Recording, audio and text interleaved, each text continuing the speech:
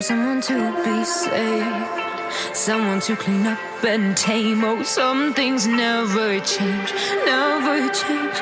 Oh, you think I would look pretty on your arm once you cover up my bruises and battle scars, but it always ends the same.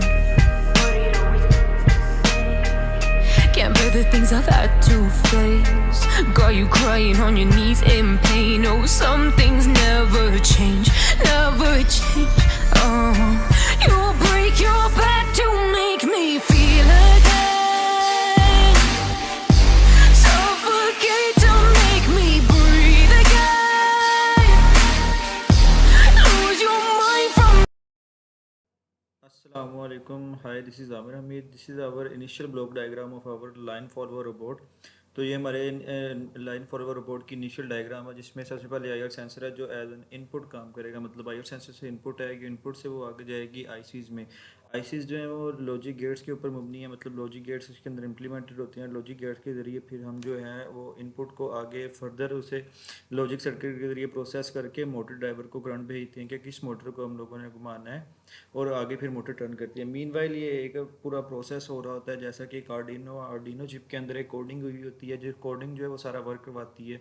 लेकिन जो logic gates है इसमें बरक्स एक logic gate के ज़रिए जो है वो इनपुट मिल रही होती है सेंसर्स के ज़रिए। हमने अपने 4 सेंसर यूज़ किए, मीनवाइल के 4 हो रही हैं, और 4 सेंसर जो हैं वो ब्लॉक डायग्राम को इस तरीके से यूज़ करेंगे। मतलब कि अगर एक सेंसर में सेंसर लाइन डिटेक्ट कर रहा है तो मतलब कि उसमें इनपुट 1 आ रही है, और अगर एक सेंसर जो है लाइन डिटेक्ट नहीं कर रहा तो उसमें इनपुट 0 आ रही है। इसी तरह 1 0 इनपुट के ज़रिए हम जो है वो सारा अपना फंक्शंस परफॉर्म करवाएंगे और इसे आगे फर्दर करी जाएंगे। तो सिंपली जब आईआर सेंसर जो है वो लाइन डिटेक्ट करेगा तो जो है हमें इनपुट मिलेगी, इनपुट से वो आगे जाएगी कंपैरेटर आईसी से, और बाद में लॉजिक सर्किट जो है इसके ऊपर ऑपरेशन परफॉर्म करके उसे मोटर ड्राइवर में भेजेंगे। मोटर ड्राइवर अपनी 12 वोल्ट बैटरी पे अटैच होता है। मतलब कि मोटर ड्राइवर का मेन मकसद यही होता है कि उसके साथ मोटर्स अटैच होती हैं और उसने मोटर्स को है जो वो रोटेशन देनी होती है। मतलब कि अब वो डिपेंड करता है हमारे सेंसर के ऊपर कि उसने इनपुट किस टाइप की दी हुई है, कि वो मोटर को किस हिसाब से रोटेट करवाना चाह रहा है। कई दफ़ा ये होता है कि अब आईआर सेंसर पे इनपुट आ रही है ज़ीरो, ज़ीरो इनपुट का मतलब है कि कोई लाइन डिटेक्ट नहीं हो रही है और मोटर पे जो है कोई फ़र्क नहीं पड़ना है और मोटर ने रहना है स्टॉप। तो जब आईआर सेंसर पे ज़ीरो इनपुट जाएगी, लॉजिक गेट बताएंगे कि कोई लाइन डिटेक्ट नहीं हुई है और मोटर रोटेट नहीं करेगी।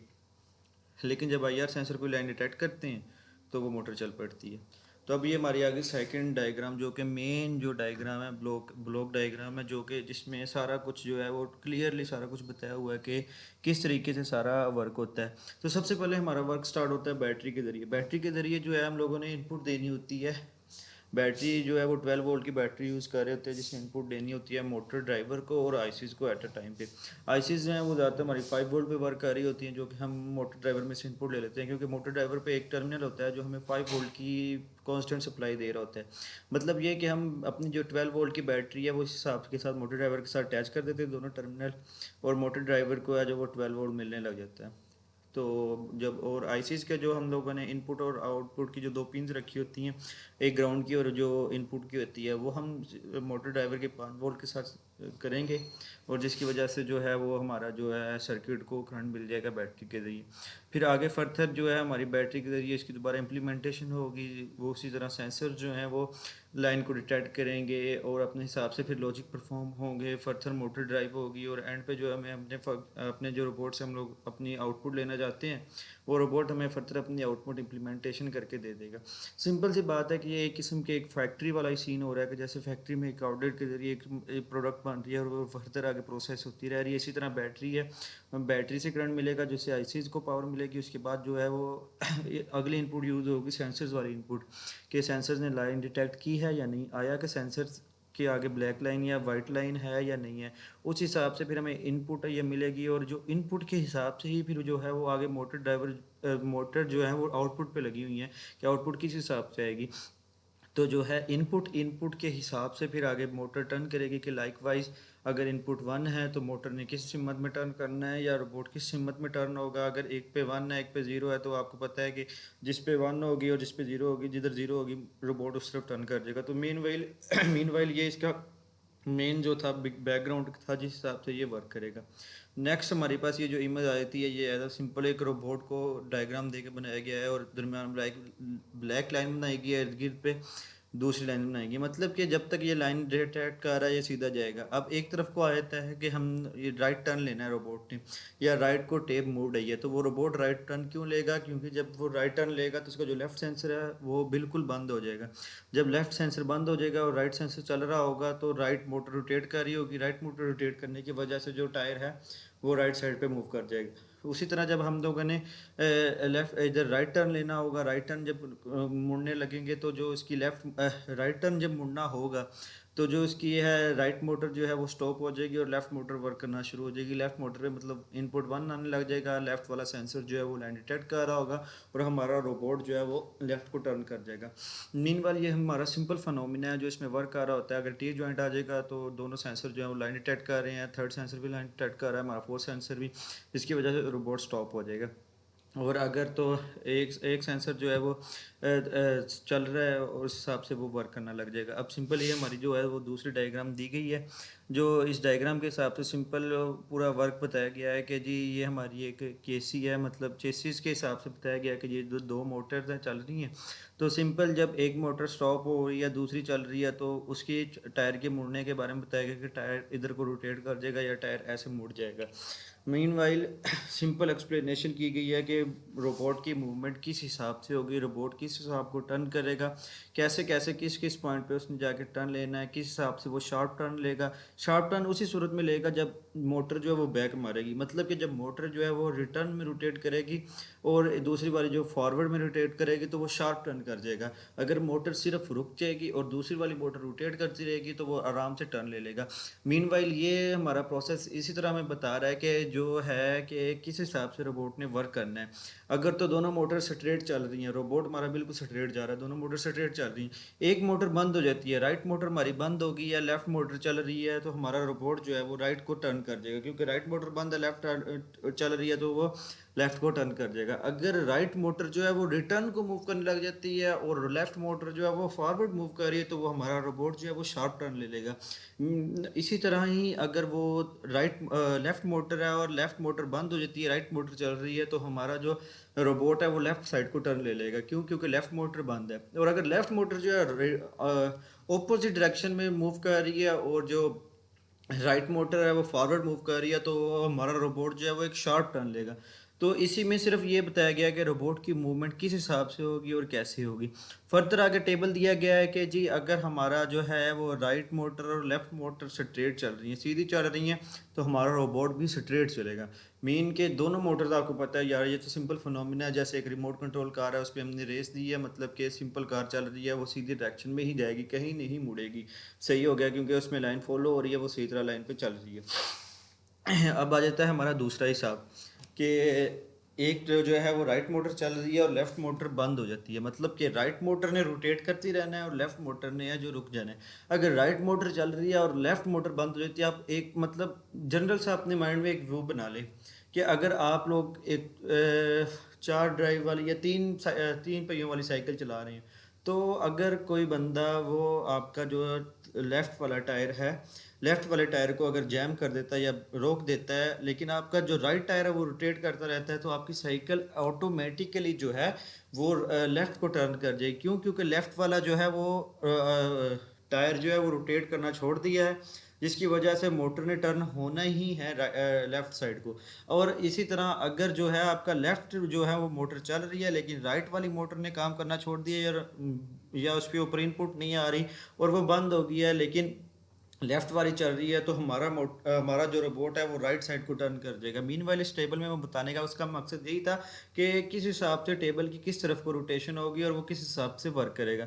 तो ये हमारे लिए समझना इंतहाई ज़रूरी था, क्योंकि एक रोबोट अगर आप लाइन फॉलोअर बनाना चाह रहे हैं अपने हिसाब से, तो सबसे पहले आपको जानना पड़ेगा कि वो आप उसकी किस हिसाब से रोटेशन करवाना चाह रहे हैं। अगर एक रोबोट ने लाइन को फॉलो करवाना है तो उसका उसकी रोटेशंस पता हो कि वो किस साइड को टर्न करेगा, कौन सी मोटर जब बंद होगी किस साइड को उसने टर्न करना है, कौन सी मोटर जब चलेगी, दोनों मोटर्स चल रही होंगी तब वो क्या करेगा, जब दोनों मोटर्स बंद हो जाएंगी तब वो क्या करेगा। मीन के एक बंदा जो है अगर वो जब इन चीज़ों का मुकम्मल जान लेगा तो उसके लिए चीज़ें बहुत ही आसान हो जाएंगी। मीन के वो आसानी से नई चीज़ें आराम से कर सकता है। मतलब कि अगर देखा जाए कि अगर बंदे की ज़हन में ये पूरा एक स्केच बन गया है कि उसने फ़लाँ तरीके से कि ये वर्क है, इस तरीके से वो काम करेगा, तो उसके लिए के मैप्स के ज़रिए और दूसरे फर्दर प्रोसेस के ज़रिए जो है वो अपनी इक्वेशन बनाना आसान हो जाएगी। फिर इक्वेशन से वो ट्रुथ टेबल बना सकेगा और अपना सर्किट ईजिली इंप्लीमेंट करके अपने लिए एक अलग रिपोर्ट बना सकेगा।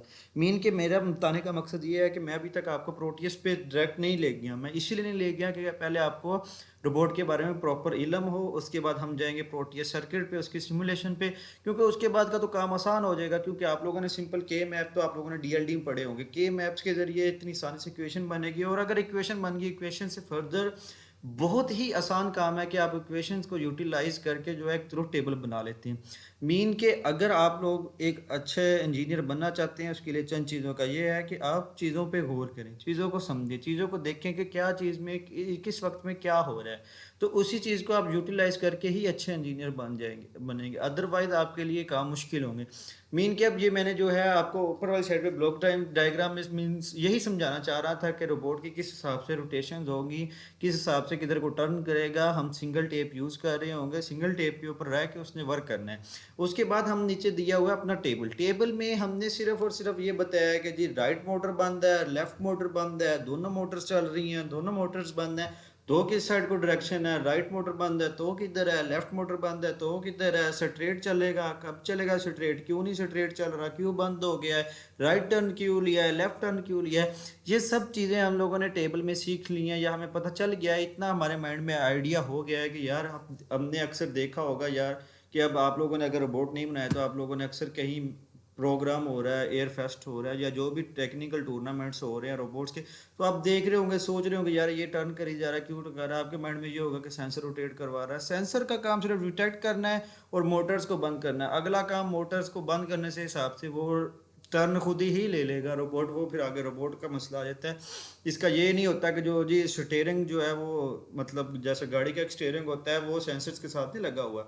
सिंपल स्टीयरिंग ये है कि इसके जो सेंसर्स हैं वो लाइन डिटेक्ट करेंगे, मोटर्स को बंद करेंगे, मोटर्स को चलाएंगे, और मोटर्स को बंद करने और चलाने से ही रोबोट रोटेट कर रहा है। आप खुद देख लें कि इसमें कितनी सी साइंस लगी है। आगे हम नेक्स्ट पार्ट पे चलते हैं अब अपने। Someone to be saved, someone to clean up and tame. Oh, some things never.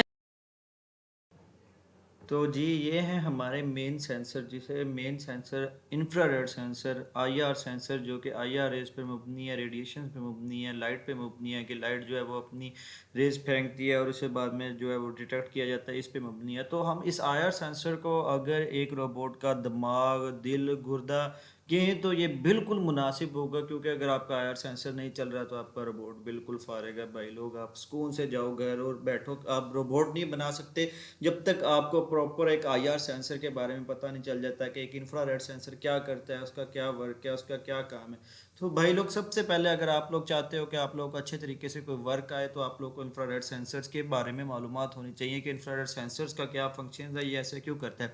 तो मैं आपको इसके बारे में थोड़ा सा गाइड करता जाऊँ। इंफ्रारेड सेंसर जो है वो एक प्रॉक्सिमिटी सेंसर है, जिस प्रॉक्सिमिटी सेंसर्स वो होते हैं जिसमें आप लोगों ने कॉन्टैक्ट में लाए बगैर किसी चीज़ को मेजर करना होता है, किसी चीज़ को डिटेक्ट करना होता है। तो आईआर सेंसर वही चीज़ है कि इसमें हम लोगों ने जो भी चीज़ डिटेक्ट करनी है वो उसके साथ कांटेक्ट नहीं करना, दूर से डिटेक्ट करनी है। जस्ट लाइक आप लोगों ने देखी होगी टेम्परेचर गन। टेम्परेचर गन का क्या मकसद होता है कि दूर से रेज फेंक के अगले बंदे का जो है टेम्परेचर मेजर किया जाता है कि इसके बुखार नहीं है। मतलब कि वो एक प्रॉक्सिमिटी सेंसर के तौर पे यूज़ हो रही होती है। नॉन कॉन्टैक्ट है, नॉन कॉन्टैक्ट, कॉन्टैक्ट लेस है वो, मतलब उसमें हम लोगों ने कॉन्टैक्ट नहीं करना। इसी तरह ये इंफ्रारेड सेंसर आईआर सेंसर हैं जिसमें हम लोगों ने जो भी है लाइन डिटेक्ट करवानी होती है लेकिन बगैर कॉन्टैक्ट किए। मीनवाइल के ये हम लोगों ने थोड़ी सी दूरी पे रखना होता है जिधर हमारी लाइन होती है। तो जी एक तरह आप लोगों को जैसा कि पता है कि एक तरफ से जो है वो हम लोगों की जो है रेडिएशन है वाइट लाइट और ब्लैक लाइट है। एक चीज़ जो है वो अच्छी ऑब्जॉर्वर है, ब्लैक को आपको पता होगा अच्छा ऑब्जॉर्वर है, ये अच्छी चीज़ ऑब्जॉर्व करता है। अब वाइट जो है वो अपनी शुआ फेंक रही है, अगर तो नीचे आ जाती है ब्लैक लाइन, मतलब कि कोई चीज़ ऑब्जॉर्ब नहीं होगी, ब्लैक लाइन आ गई है तो नोट ऑब्जॉर्ब होगी, और इसी तरह से वो जो है वो ब्लैक लाइन नहीं ऑब्जॉर्ब कर सकेगी। अगर अब ये वाइट लाइट है, ये वाइट चीज़ पे ही फेंक रही है, तो ये वहाँ से जब रिफ्लेक्ट होके आएगी तो हमारी सेंसर की दूसरी ब्लैक लाइन जो है उसे डिटेक्ट कर लेगी। इस सेंटर में जो प्लस का निशान देख रहे हैं, ये एज अ रेगुलेटर है। रेगुलेटर से हम इसकी कैलिब्रेशन करते हैं कि कितनी रेंज चाहिए हमें, तो ये इसका मकसद है। तो इसके बाद हमारा आ जाता है दूसरा मेन, जो आपको मैं लोगों को पहले बता के हटा हूँ, बताया है कि जी ये एलईडीज़ का क्या वर्क है। जी जो दो एलईडीज़ लगी हैं, अब यहाँ पे तो इन्होंने बताया हुआ है एक ब्लैक और रेड। मीन वाइल के मतलब कि जैसा कि वहाँ थी दूसरे सेंसर में जो आप लोगों को इमेज दिखाई है, जो कि इसकी रियल इमेज है जिसमें वो वर्क कर रहा है। तो इसी तरह ये आप लोगों को दूसरे सेंसर में उन्होंने ब्लैक और वाइट दिखाई है, मगर यहाँ डायग्राम में अगर रेड भी दिया तो मसला कोई नहीं है। मसला कोई नहीं है, सिंपल वो भी यही बता रहा है कि जो रेड जो है वो अपनी शुआ फेंक रही है, अपनी रेज फेंक रही है, और रेज को जो है वो ब्लैक डिटेक्ट करेगी। तो आगे उसने बताया हुआ है कि जी वोल्टेज का क्या हिसाब है। अब एक आईआर सेंसर है, वो जा रहा है ब्लैक लाइन के ऊपर, उसकी रेज पड़ती हैं, लेकिन जब रेज ब्लैक लाइन के ऊपर पड़ती हैं तो वो रिफ्लेक्ट बैक नहीं होती, बाउंस बैक नहीं होती। बाउंस बैक क्यों नहीं होती? एक जो ब्लैक है, ब्लैक कलर ऐसा है कि वो अच्छा ऑब्जॉर्बर है। अगर एक कलर अच्छा ऑब्जॉर्बर है तो इसका मतलब ये हुआ कि अगर जो भी इसके ऊपर रेज पड़ेंगी वो ऑब्जॉर्ब हो जाएंगी, बाउंस बैक नहीं होंगे। अगर बाउंस बैक होंगी तो बहुत कम होगी, और जिसकी वजह से सेंसर को बहुत कम वोल्टेज मिलेगी। और बहुत कम वोल्टेज का मतलब ये है कि सेंसर जो है सर्किट को इनपुट जीरो दे रहा है कि जी भाई ब्लैक लाइन आ गई है, ठीक हो गया है। इसके बारे में आगे बता रहा है। दूसरी तरफ है जी, अगर वाइट लाइन आ जाती है, जी वाइट लाइन आ रही है और सेंसर को वाइट लाइन के ऊपर मूव करना पड़ रहा है, तो जी वाइट लाइन जो है वो आपको पता है, एक वाइट जो है वो अच्छा जो है वो रेडिएशन को इमिट करता है, अच्छे तरीके से इमिट करता है। और वाइट वाइट पे जब आके पड़ती हैं रेडिएशन तो वो इमिट होती है, और जो ब्लैक कलर है या ब्लैक एलईडी है उसको ऑब्जॉर्व कर लेता है। मतलब कि बहुत कम ऐसी हो जाती है जो वो ऑब्जॉर्व नहीं कर सकता, जो इधर उधर स्कैटर हो जाती हैं, लेकिन मीनवाइल तकरीबन सारी वो ऑब्जॉर्व कर लेता है। जब वो ऑब्जॉर्व कर लेता है, इसका क्या मतलब होता है कि जी उस high value of reflection voltage आता है, कि मतलब वोल्टेज की बहुत हाई वैल्यू होती है। क्यों? क्योंकि उसने तो बहुत ज़्यादा रेज डिटेक्ट कर ली थी, जिसकी वजह से ये सेंसर सारे वर्क करते हैं। मतलब सेंसर का मेन फिनोमिना आप लोगों को इस डायग्राम से समझ आ जाना चाहिए कि सेंसर का ये वर्क है, इससे ज़्यादा कोई वर्क नहीं है। आप इस पे गौर कर लें, इंशाल्लाह इंशाल्लाह आपको आया सेंसर के बारे में दोबारा परेशानी नहीं होगी। Someone to be saved, someone to clean up and tame. अच्छा जी, जैसा कि आप लोगों को पीछे मैंने क्या क्या बता चुका हूँ यार, सेंसर का बता चुका हूँ, रोबोट की रोटेशंस का बता दिया है कि जी रोबोट कैसे रोटेट करेगा, आईआर सेंसर का क्या फंक्शन है, आईआर सेंसर क्यों यूज़ किया जाता है, आईआर सेंसर को इतनी इंपॉर्टेंस क्यों दी जाती है। उम्मीद करता हूँ अब तक आप लोगों को सारी समझ आ चुकी होगी कि मैंने आईआर सेंसर पे इतना क्यों गौर दिया है, इतना क्यों जोर डाल रहा हूँ कि भाई आईआर सेंसर और आईआर सेंसर। ये इसीलिए कहा गया है क्योंकि आईआर सेंसर जो है वो एक मेन इंपॉर्टेंस है, जो एक किसी भी प्रोजेक्ट में या किसी भी प्रोडक्ट में या इस फॉलोइंग रोबोट में अगर आईआर सेंसर यूज़ हो रहा है तो आईआर सेंसर के बगैर जो है रोबोट कुछ नहीं है। तो अब हम आते हैं जी प्रोटियस सर्किट के ऊपर। प्रोटियस का आपको पता है कि प्रोटियस के ऊपर जो हमने सर्किट बनाया है, ये जो है इसका मेन सर्किट है, जो हमें मेन बताएगा किस हिसाब से हम लोगों ने, ये आप लोगों को पता होगा, ये साइड पे मैंने इक्वेशंस लिखी हुई हैं, ये इसकी के मैप के जरिए इक्वेशंस है, ये इक्वेशंस के जरिए ये इधर जो है मोस्ट लेफ्ट साइड पे जो है लेफ्ट मोटर राइट मोटर का ट्रुथ टेबल बनाया गया है, जिसके जरिए ये सारी वर्क करेगी। और ये ट्रुथ टेबल मैंने ऐसे नहीं बना लिया, ये इक्वेशंस के जरिए बहुत ईजी है ट्रुथ टेबल बनाना। आप लोगों को इक्वेशंस निकालनी आ जाएंगी, ट्रुथ टेबल बनाना आपके लिए एक हलवा होगा, मतलब कि बहुत ईजी होगा। सॉरी मैं हलवा यूज़ कर रहा हूँ, लेकिन आपको पता है कि आम जुबान के लफ्ज़ की वजह से बोलते हुए मेरे मुंह से निकल गया, तो आप इसे छोड़ें। फिलहाल हम अपने सर्किट पे आते हैं कि सिंपल ये मैंने अपने जो हैं इसमें गेट्स यूज़ किए हैं, चंद लॉजिक गेट्स यूज़ किए हुए हैं।